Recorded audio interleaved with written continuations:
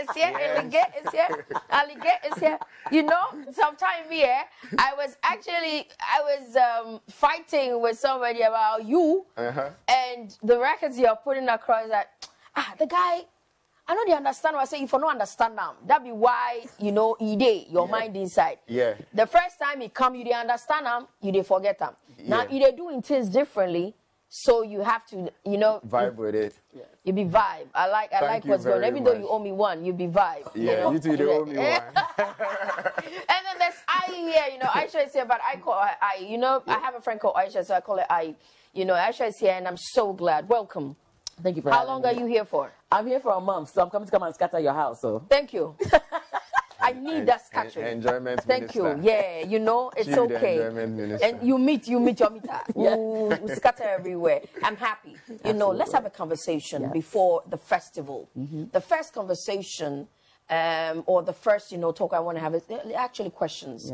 And these questions are coming from when I got to know you were coming, the questions are coming from everywhere. So mine is just 2%, trust me.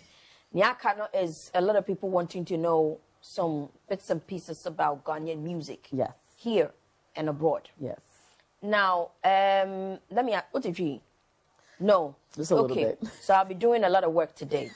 Okay, so I love her. We want to know why, you know, the Ghanaian music. I know that you had a lot of Afrobeat, you know, shows in New York. And I have always wondered if you are doing that and you are consistently doing that. How come, say, across, but not as much as we wanted to do so? Why is it that way? I feel there's a kind of a failure to launch that's happening with Ghanaian music. I mean, there's definitely people that have broken out, but they're not even as hot as the hottest people that are outside doing Afrobeat. So I know me and Ali get to kind of argue this, and I'm just thinking, first things first, I think there should be a little bit, you know, people are very simple-minded, and sometimes you have to add just a little bit of broken English or English. And I feel like that sometimes is missing in Ghanaian music because you don't know what they're saying. So people have to know at least one word. So then they know how to repeat it if they don't know. If you see all the Afrobeats that are coming out of Nigeria, they do include some kind of English kind of verse. And also there is not a lot of money being invested in pushing Ghanaian artists, be it up and coming and whatever. We're having this festival. I literally in the inbox have messages from 100 up and coming Ghanaian artists that want to just be on the stage, begging to perform, begging to have spaces. Because, you know, sometimes you silo because people are making it, you put them on the stages, but do you have spaces for people to cultivate, incubate artists? So things like that are some of the reasons I think that it's nothing but Ghanaian music is what grew Afrobeats.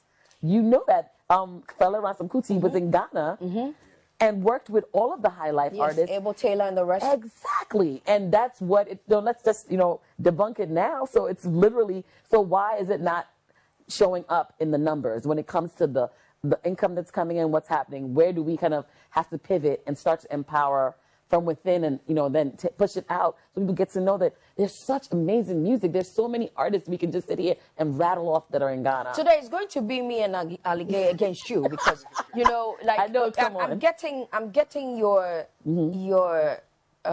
concerns and you know, I'm learning. Yes. But you know, Afrobeats, mostly when we speak about Afrobeats, it's always Ghana, Nigeria kind of thing. And I know that, let me ask questions because I want to know. I told you, I want to know.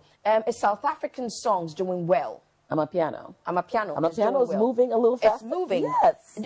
It's mostly beats and their language. Monte, you don't understand what they say, but you hop onto but the beats are so, like, will go through your body, right? So the beats, too. You know, when you can dance, like people like rave and like techno music and house music. Yes. It's just beats. It's nothing. But it's one of the biggest genres in the world. All right. So it's really, they've maximized because the drums, the beat, you know, that kind of gets you. They've gotten into that space. So I don't know if it's the infusion or a fusion, but I definitely know that. I still feel that Ghanaian Afrobeat is still slightly ahead of Amapiano, but Amapiano is really catching speed. These three countries, Ghana is the least when it comes to the business because South Africa, like this, they have some of the major record labels right there.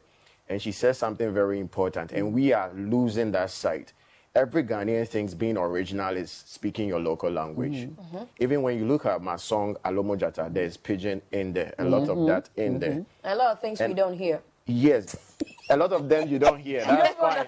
But I hear most of our legends defend that, oh, you need to speak Twi. Yes. Music is not about language. Music is everything about language. That was what I wanted to ask you, and I as well, because you started out with language. Yes. That the Afrobeats is not really selling, you know, because people do not understand what we're talking about. Yeah. So, you know, there was Windek.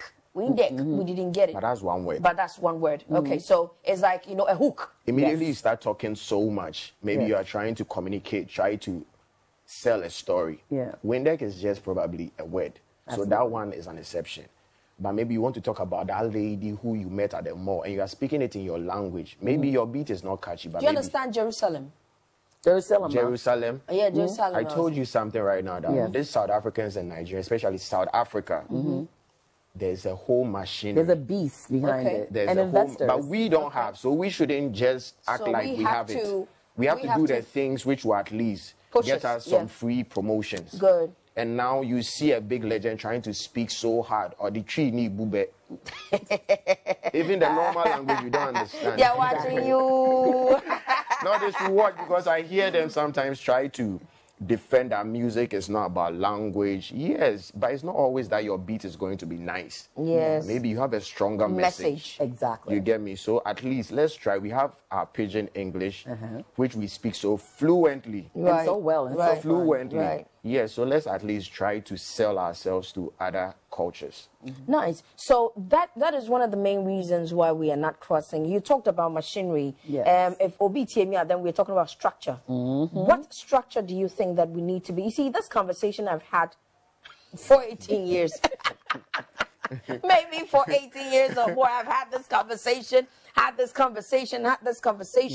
There was a point in my life where I thought, Charlie, something to go on, you know, around the copyright. Then that time I used to play YFM, I was like, oh, Charlie, something to go on. Before I realized something no they go on. Nothing they go on. You know, so I don't know. The question now I ask is, what is the easiest way? Okay. It's difficult, but out of the difficulty, you know, what is the easiest way? What is the easiest way we can do this?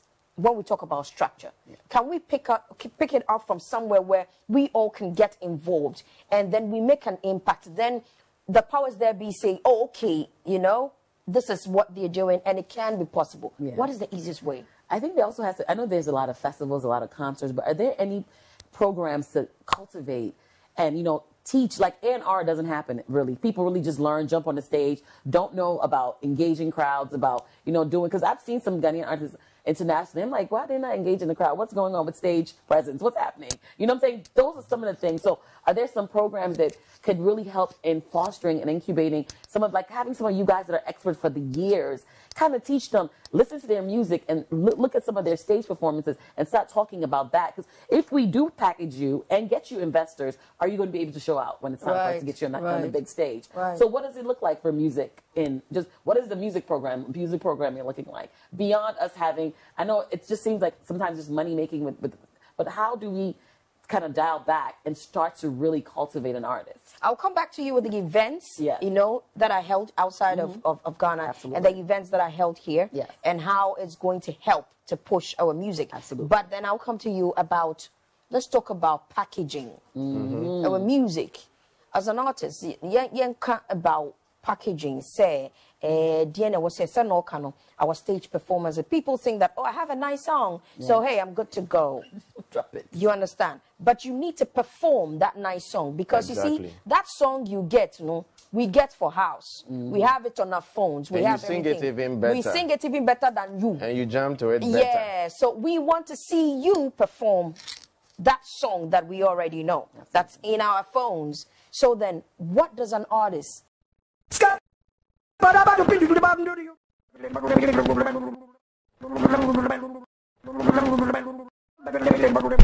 me too, baby. Talk Nation. Give me 2 shots on the regular.